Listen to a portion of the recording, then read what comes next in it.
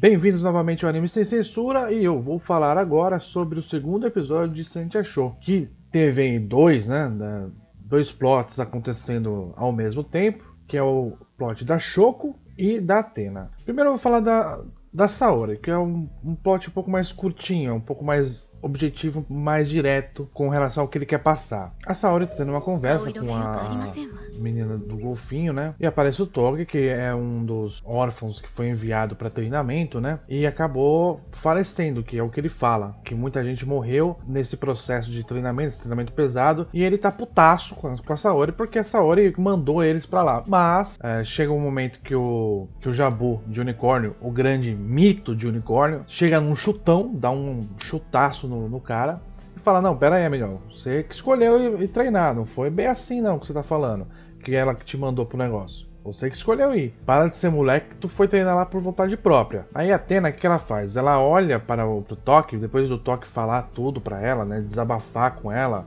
Ah, você mandou a gente pra lá, morreu todo mundo, eu quero me vingar de você. Depois de ele falar tudo isso aí, ela olha pra ele com aquela carinha de Athena, né, carinha de dó, que ela sempre tem, sempre. Depois que ele tomou o chutaço, ele tá meio que nocauteado, né? Então ele tá meio sentado assim, e ela abaixa e senta na mesma altura que ele, que é pra demonstrar respeito, demonstrar humildade, né? Quando você se coloca na mesma altura da pessoa, você tá demonstrando respeito, humildade, você não tá vendo ela de cima, né? Como a Athena viria porque é uma deusa. Ela se rebaixa à altura dele para dizer: ó, eu tô te entendendo, eu tô entendendo a sua frustração. Que é, na verdade, a grande questão do Toque.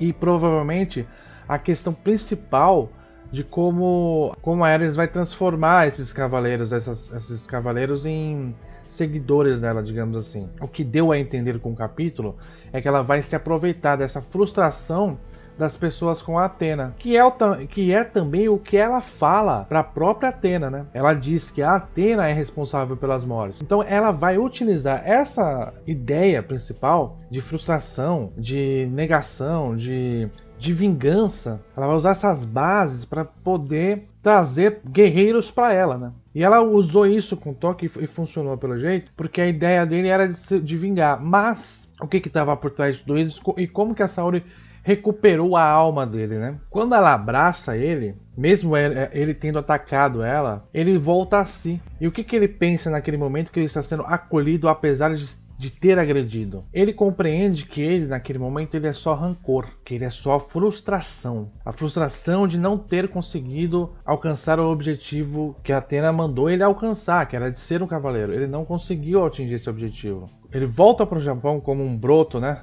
da Ares, que no primeiro momento era uma vingança e na verdade o objetivo dele era uma redenção. Por trás dessa vingança e desse rancor, o objetivo dele era alcançar Athena novamente e não ter falhado, né? Ele não queria ter falhado. Então esse rancor e essa autoculpa, né? Autoflagelação pela falha fez com que ele renascesse, e a Ares pegou todos os sentimentos ruins para ele renascer, e quando ele perdeu esses sentimentos ruins, a Athena recuperou a alma dele e ele volta a ser parte do etéreo, porque ele vira purpurina. Então basicamente é essa ideia que tá querendo passar esse plot da Athena, né? Mostrar quais são as motivações que a Ares vai fazer para obter guerreiros, quais são as motivações que ela tem com relação aos guerreiros dela, né? Que é frustração, inveja, vingança, né?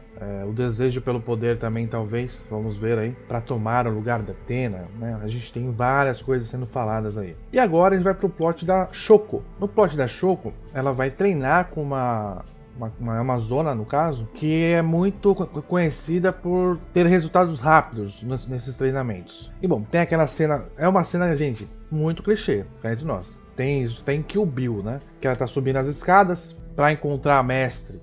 Ela chega lá, encontra a mestre recusa, faz ela voltar uns degraus para baixo, e aí ela volta pela força de vontade, ela vai mostrando essa força de vontade, e bom, essa parte precisa ser um pouco mais destrinchada, porque no anime não deu para perceber muito a diferença entre o que é o certo e o que é o errado. O que deu para perceber, vendo algumas vezes, porque assim, o texto não é objetivo, não é claro. Então você precisa rever algumas vezes para você perceber se você entendeu de fato, tá? A Shoko, ela nasceu sob uma estrela maligna, ou seja, ela tem algo dentro dela que é negativo, que é ruim. E a gente precisa entender o que o anime tá querendo falar que é ruim e o que o anime tá querendo falar que é bom. A mestra dela, depois da Shoko demonstrar que tinha esse poder negativo, a mestra sela a Shoko e fala que ela só vai conseguir sair quando ela se liberar desses sentimentos negativos, dessa força negativa, desse veneno que ela tem. E aí que não fica muito claro, porque assim, ela desenvolveu o poder dela, ela desenvolveu a força negativa dela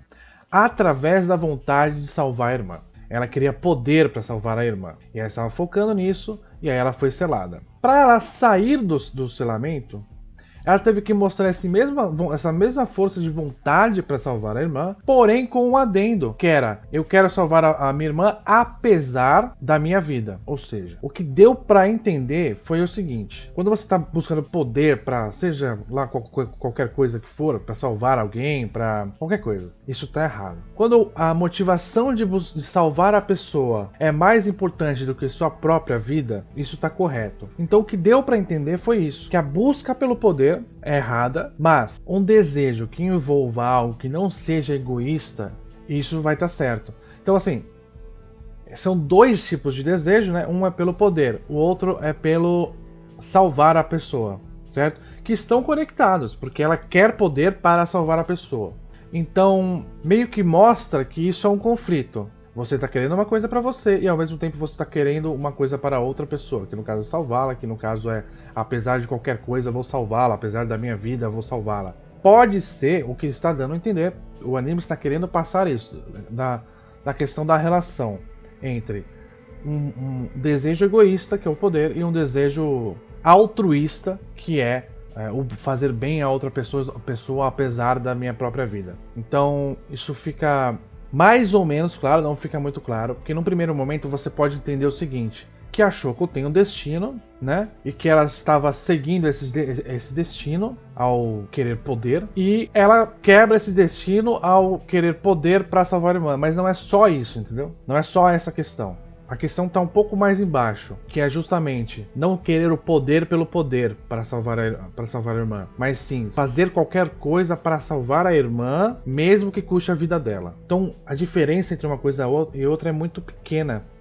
É difícil você perceber a diferença. Então eu acho que isso precisaria ter ficado um pouco mais claro no capítulo para eu poder falar que isso foi bem dito, né? Então me deixou confuso, não foi uma maneira muito bem explicada como foi no caso da Saori, que foi extremamente bem explicado. Teve uma cena muito bonita nessa parte, inclusive, que é a hora que ela se liberta do selo, que ela faz que ela sai daquela coisa que estava prendendo ela. Esses foram os dois plots.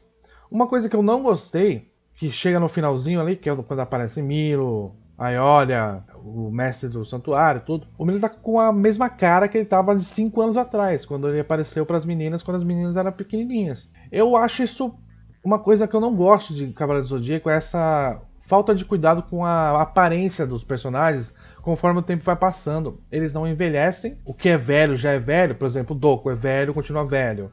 O que é novo, continua novo. Então o Seiya pequeno, a diferença do Seiya pequeno pro Seiya um pouquinho maior é a cabeça, tá ligado? Eu não gosto de como eles tratam isso. E dessa vez, com relação ao Milo, ficou muito claro.